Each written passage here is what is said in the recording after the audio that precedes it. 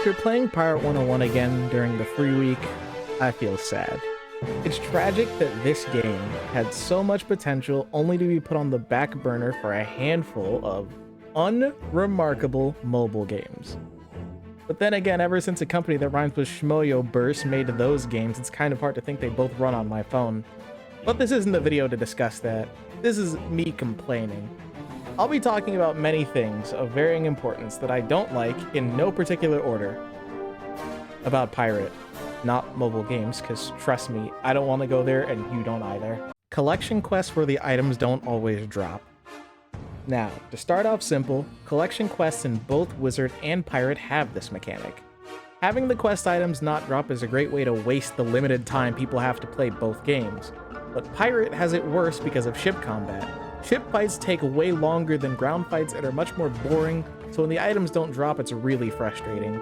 In one stream, I had to defeat and collect 4 items from ships. And guess how many ships I had to sink in order to complete the quest? 8. 8 ships for a collect and defeat 4. Mind you, the first 4 I killed made me think I was attacking the wrong ships because they didn't drop 4 in a row. And then, all of them started dropping. By the way, I think it's completely random whether or not the items drop in the first place. It's not like there's a difference between ships so you can tell which ones have the item or not. But I only really hate this mechanic when you have to collect multiple non-boss drops from ships. Against regular enemies it can be frustrating, but it's easier to take out multiple enemies than multiple ships. What? So after destroying 4 ships, the game's just gonna make me destroy another 4? God, this is super cringe. Love of God! For the love of God! Please! The game made me destroy 8 ships. It was a collect and defeat. It was a collect 4. And it made me destroy 8 ships. That's fucking crazy. Expanding the maps. Navigating the skyways in Pirate has always been a struggle since the game was released. The ability to leave a marked location that lets you teleport to it was a later addition along with the stagecoaches that let you travel to major locations for a little gold. But even back in the day, the maps in Pirate seem to not account for the full scope of the worlds you travel in. When you open your map in Pirate, you only have a view of the current area or skyway you're in. In Wizard, you can expand the current area maps to give you a view of the whole world. Pirate is way bigger than Wizard, which makes the lack of this feature annoying. To give you a better idea beyond the fact that you have to travel places on a fucking ship, in Pirate, when you have to travel long distances, the quest pointer will have a plus by it. This means you have to venture farther to reach whatever area you're going to. What makes not having an expanded map even worse is when you have to travel and want to find a more efficient route to get somewhere. You can't open up a big map like an FF14 to really path out your journey. I was so spoiled having a map that big, especially because it lets you look at the maps everywhere instead of just your current location. I'd like to be able to expand and shrink the maps to show the current skyways in all connected areas. The other benefits of having a bigger map is that it would make grinding for crafting materials easier if that were to ever be a feature in the game's future. Wink wink. Power sorting. Your powers are like one-time use spells that range from doing damage, buffing, healing, etc. At the start of the game, you only have 1 but slowly learn new and stronger powers. In a fight, you have a max hand of 7 powers and can draw new ones each turn, assuming you have an open slot. Now you might be wondering what the problem is here, and that's how you arrange your powers. You sort your powers by most to least desired to pop up early in a fight. I hate this, because it reminds me how I used to play Wizard when I was younger.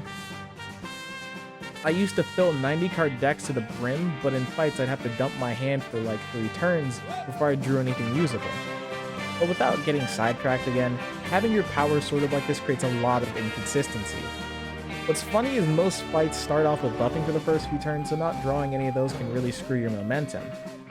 I do like playing off of what you have rather than having everything be super consistent, but I don't like having weaker versions of stronger abilities fighting in my deck for space in those 7 slots. For example, Swashbucklers have an ability that turns them invisible and gives their next attack double damage when they attack out of stealth.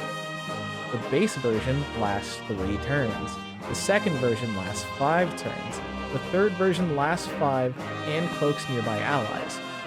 Why you would even want the base power is completely beyond me. And there's definitely moves you don't want to use anyway, like weaker buffs or basic abilities that have no additional effects. Even if you dump your whole hand and draw new 7 powers, it doesn't mean that the abilities you draw will be useful. Remember, just because the likelihood of something happening is low doesn't mean it can happen, it's just extremely unlikely. What I'd ask for is to let people put an X over a given power they don't want to pop up in fights at all.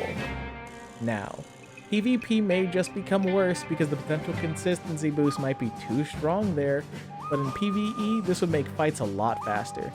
Even if you could only limit a few powers, it would make a world of a difference with the amount of battles you get into. I don't think I'd only run 7 powers, but having 30 is gross overkill. If you're in a fight that lasts long enough to exhaust your powers, you made a mistake when you downloaded the game.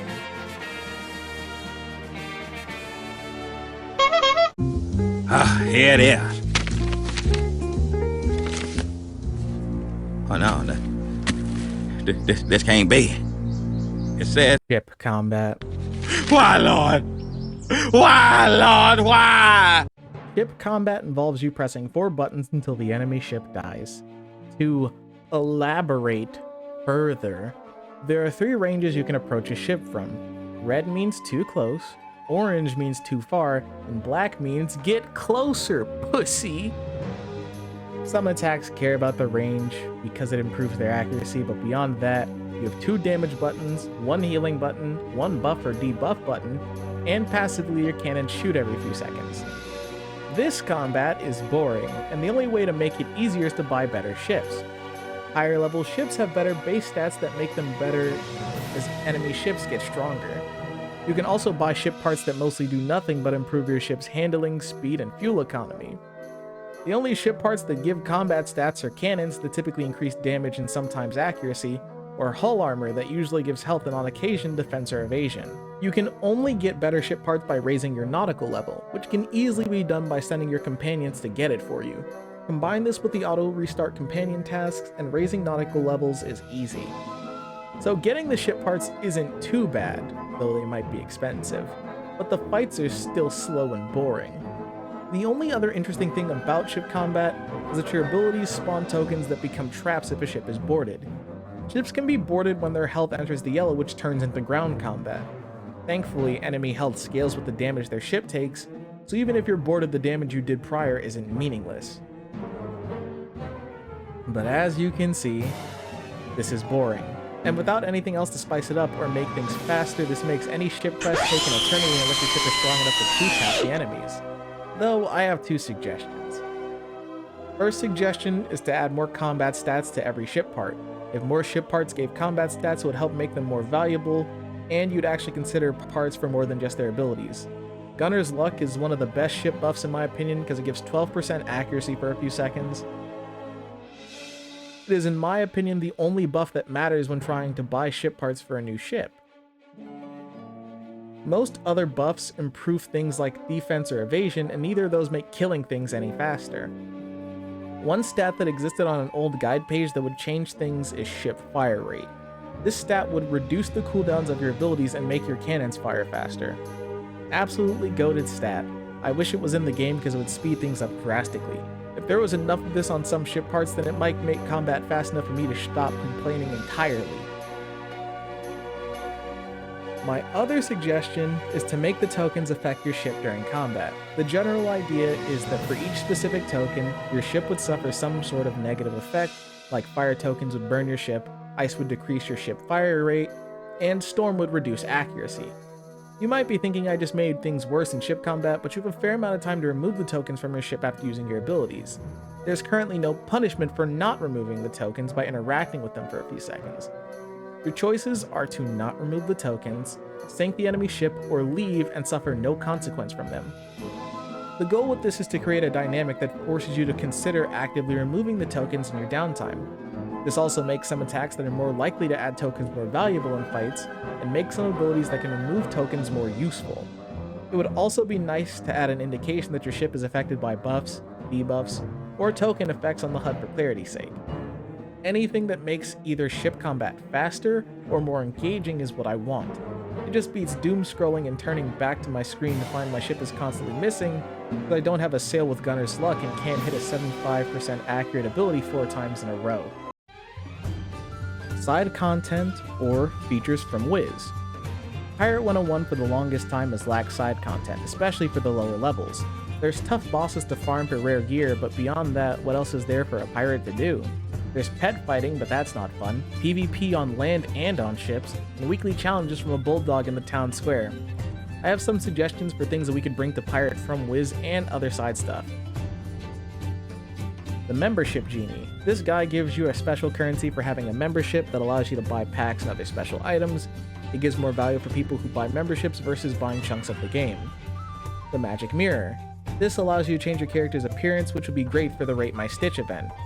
Rate My Stitch is an event where people dress up for a theme and have their outfits rated by players. The outfits in Pirate are way better than Wiz, so yeah, this is a given. Housing. Houses in Pirate are kind of boring. Part of the reason is because the houses don't have any additional functions beyond looks. Additionally, there aren't many houses to buy for gold, so anything that gives your house, dorm, or cabin more value is a net plus. Gravitum dailies. These are daily quests that you can do to net your rewards on a track. Additionally, I throw in the fact that Wiz kind of has a battle pass, and I know we may not all like them, but it would be nice to work towards rewards like the Decathlon and Wiz or the Spiral Showcase. Before we get to the others, let's address the elephant in the room, crafting. Crafting in Wizard isn't too bad because there's a lot less distance to travel to farm for some materials. If crafting were to work in Pirate, you'd have to make it easier to get stuff.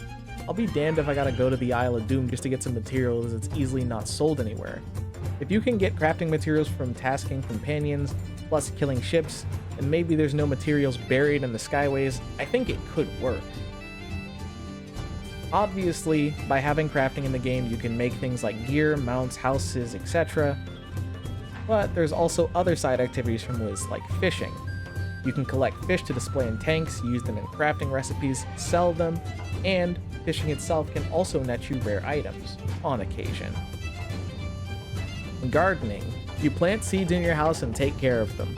Harvest them for materials, pet snacks, gold, etc. And now for some pirate-specific suggested side activities. Shipwriting. You gather materials to make ships and ship parts. Additionally, it would be nice to customize ship parts and ships to make them more unique for each player. Treasure hunting. You pay gold or randomly get treasure maps that you can go to locations and dig up buried treasure. This would net you lots of rare loot and some antique items. You can sell the antiques to a trader who gives you a special currency to help you get similar loot that you would have otherwise gotten via buried treasure. Just so things are fair. Bounty board. There's a board of villains who terrorize the skyways. You can either find these villains in the world naturally or take their posters which tell you their whereabouts. In theory, the villains scale with the player's level and so do your rewards. I know that there are enemies that roam the skyways that are named, but I would like to have this be something separate, kind of like a daily, weekly, or monthly activity. And then lastly, cooking. You can take materials to make food that gives you benefits for a duration like in FF14, or to make pet snacks which you can use to make your pet stronger. I mentioned at the start of this how Pirate was left aside for some mobile games that went nowhere, but I can't truly express how mixed my experience was coming back to this game this year. I believe a comment from Penultimate 802 summarizes the current problem with Pirate. It's a frustrating situation where in order to get resources for a proper update, the game has to get more attention. But in order to get more attention, the game needs a proper update. It reminds me of old forum posts and comments from people frustrated with how Pirate was handled in the past. While Wiz received all the attention in the world, Pirate begged to eat its table scraps. I can't express how these posts were from people who loved the game but eventually moved on because there were hardly any major or substantive updates. The current dev team is small and the game they have to work with is massive. If you don't have the resources to make new worlds properly, then I think people will be just as happy with getting new stuff to do, fixing bugs or tackling other issues that people have had with the game in the meantime. I just want Pirate to improve for the sake of everyone who enjoys it, but I'd be lying if I said I wasn't worried about it. Okay, the video is done, but sadly the script isn't. If you hated the video and think I'm wrong, feel free to dislike and comment I'm a scallywag or something equivalent. Subscribe when I'm struck by this much lightning again. Additionally, I want to shout out the Atmoplex and Kaz1014 for the inspiration to make this video. Both are on YouTube. Check them out here or in the description. Until next time, this is Grim Geo. Terminate the program.